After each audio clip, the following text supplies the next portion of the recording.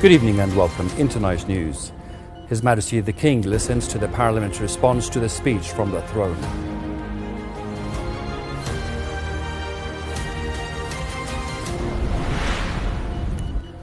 The Foreign Minister says that the Gaza Strip has become a vast graveyard for children and human values.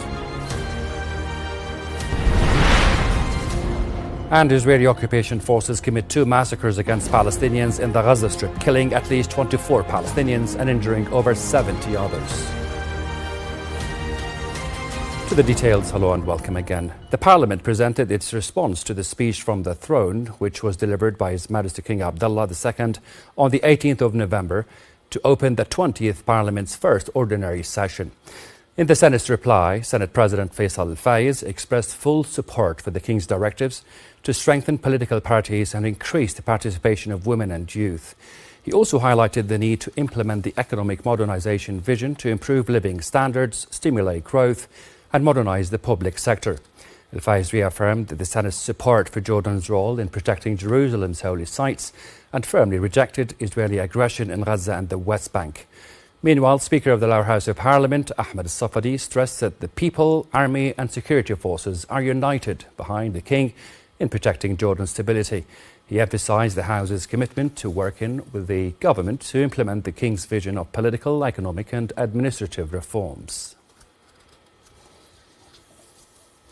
Foreign Minister Ahmed Safadi said that the Gaza Strip has become a vast graveyard for children and human values, with over 500,000 Palestinians now at risk of flooding.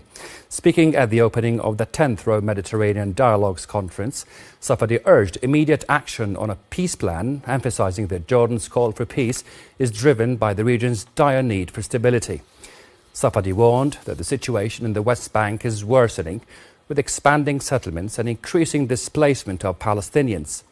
On Lebanon, Safadi warned that failure to achieve a ceasefire would lead to further destruction. The Foreign Minister reiterated that lasting peace is only possible when Palestinians are granted their full rights, as he urged the international community to confront the root cause of the conflict, the Israeli occupation.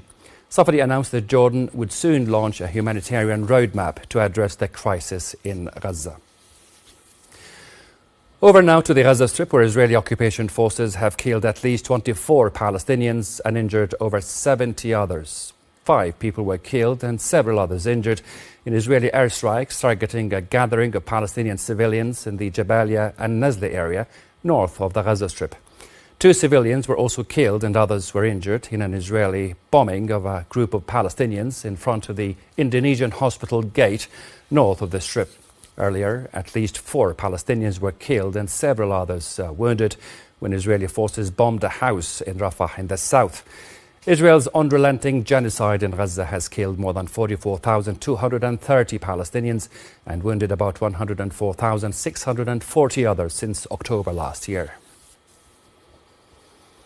The United Nations Relief and Works Agency for Palestine Refugees, UNRWA, warned that the risk of drought and disease threatens the residents of Gaza due to the lack of fuel to operate water wells, especially in the north of the Strip, which has been subjected to an escalation in the genocide for about 50 days now.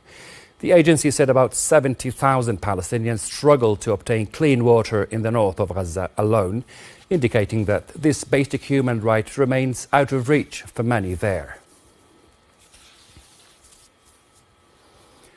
And in the occupied West Bank, Israeli occupation forces killed 2 Palestinians, including a teenage boy, during a raid in the village of Yabat, south of Jenin. Official Palestinian news agency Wafa said Israeli forces entered the village last night, leading to clashes during which soldiers shot dead the 2 Palestinians. According to the Palestinian Health Ministry, Israeli troops or settlers have killed more than 770 Palestinians in the West Bank since the start of its genocidal war on Gaza.